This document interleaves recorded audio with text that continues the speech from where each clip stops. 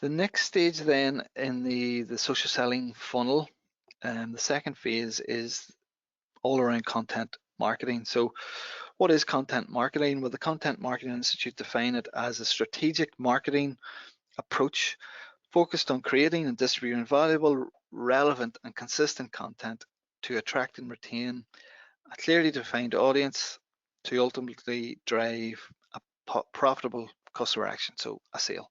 So it's using content to deliver sales in essence. So effective content creation and sharing content is critical for step 2 in the social selling funnel. And it really helps move prospects through that buyer journey from awareness to decision. And getting the right content to the right person at the right time with a relevant personal touch is what creates that connection, what sparks that engagement, and what over time builds that long-lasting relationship. And marketing and sales teams, as I mentioned before, need to work together to both create and share the content and engage the right prospects. Sales should communicate with marketing about the prospect's pain points, questions that they ask during the sales process, and marketing that should then work with them to create the resources that they need and to pull these leads or prospects through this funnel. Dave Chaffee from Smart Insights developed this content marketing matrix, and it's been reworked slightly by Storm ID, and Dave Chaffee states that content should fall into one of these 4 quadrants. It should be educational, it should be inspirational, it should be convincing, or educational. And I suppose it all depends on what stage of the sales cycle or the sales journey that your prospects are on determines what type of content that they can create. I suppose the aim is to provide content that is exactly right for them at a specific moment in that journey.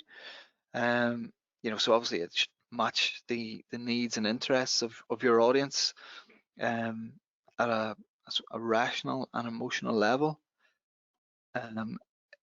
It should also move them along from the very first point of contact right through that customer journey to the purchasing decision. So there are some content ideas for various stages in the buyer journey. So you can see on this graphic 4 quadrants: entertain, inspire, educate, convince. You can see from awareness to purchase the types of content that can move people along. So at the early stages, it's maybe e-guides and infographics, educational content, generating awareness. And then as they move through interacting and building that relationship, you can then provide maybe an ebook or a white paper, and then moving it down to perhaps a demo video, and then case studies can really sort of inspire or convince the prospect to then purchase. So you can see the matrix here, how you can create content that moves customers along this buyer journey. Content marketing is absolutely the foundation of social selling. We've mentioned it builds trust with your followers. It adds value would be the key thing. It builds those relationships. We spoke about the long-term relationships, those deep relationships. It provides insights and positions you then, your business, as an expert or an authority in your field. And you do need to think about content marketing strategically. And there's 4 steps here in this model which I suppose illustrate the considerations when thinking about content marketing. And the steps are brand positioning, so what your brand stands for, what makes you different from your competitors, I suppose, and what's your value proposition then. So what value does your business, does your service, does your product provide to your customers? What's your value proposition, and what problems do you solve, or what value do you add? And then looking at the business case, which is linked back to overall company goals. So, will this content, I guess, help us achieve our overall business and marketing goals? And then you're looking at your strategic plan. So, where do you deliver the content? How do you deliver the content? In what format? How are you going to measure the results and so on? So there's just a little model there that if you are thinking about content, obviously it needs to be strategic and structured in a certain way. We've mentioned the customer journey quite a bit, and it's basically moving from awareness into decision and sales. We've expanded it a little bit in this model, and we have some examples. So, if we look at the first, you can see it's the awareness stage. So a prospect could see an ad on LinkedIn, on Facebook, or whatever it is about your company and what they do. They then maybe read a blog or a post and engage with you on social media. So they're at the engagement stage. You've provided an ebook or a white paper or a product demo or something like that they have seen then on social media, and they opt in to receive this gated content. So gated content is maybe have to put their email address into a box, and they'll receive a download or whatever. And then through other pieces of content and reading that content, they then make the decision to make a purchase or schedule a demo or put in a lead form or whatever it is. So the customer then gets quite excited by this initial maybe transaction or sale or whatever it is, and then they purchase, they make that decision, and then they maybe they have this core offering that they've purchased from you, and then over time you maybe upsell, you cross sell other things, and they're really happy with the services that you're providing. They then give a testimonial to you, or they'll provide a case study to say, yeah, this is what this business did for our business, and these are the benefits that we have created, and they become an advocate. They're really happy, and then ideally, if they're happy and they're engaged, then the customer will tell their friends about it, or they'll tell other businesses about it, or they'll recommend you online, or if somebody is searching for something, they'll say, well, I can't recommend Brilliant Red Digital as highly as I possibly can. You should use them, or whatever company it is. And that's this buyer journey. So this is the journey that we're moving people along in the social selling funnel. But this is about content for every stage in this journey. So awareness was an ad, engage was a blog,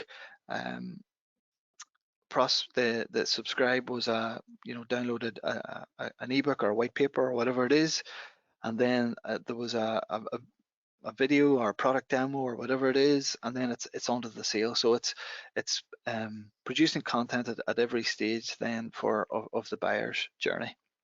So what types of contents? We have mentioned some. I'm just going to briefly run through some content that I've seen works really well for engagement, works really well for nurturing sales leads, or prospects, I should say, through this social selling process. So obviously the first would be the most renowned one, is blogs. Creating content that is housed on your website, which helps drive traffic to your website through SEO and other sources, but also then that content can be linked from social and onto your website, and that's where the traffic comes from. They're easily accessible, and they're great for educating your audience. We also have white papers or ebooks, and what they are basically is it's basically some sort of insights for how your audience can how your audience can kind of perform a task or save money or improve efficiency or whatever it is. So they provide insights. They tailor content. You can tailor this content to your personas or exactly to your audiences, because if, say for example, your sales team have come to you and says everyone asks how much money this saves, or how this is implemented, you could then create a white paper or an ebook as to the 7 steps for successful CRM or ERP implementation. So this is another great example as how you can direct people from social to download ebooks and white papers and so on. And they're excellent for building trust. Industry reports as well. So this does take a wee bit of time.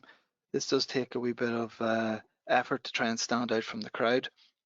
But what these industry reports or insights do is provide unique content because they involve some sort of research. So whether it's you research the industry or researched your own prospects and you've come up with valuable insights, and you'll see a lot of big consultancy companies like McKinsey or Accenture would commission these huge industry reports because it's unique content. It positions them as real thought leaders or experts in their field, and obviously they build credibility and they build the trust. Webinars, so obviously given the current situation in 2020 and 2021, webinars have become extremely popular, hence we are doing one now.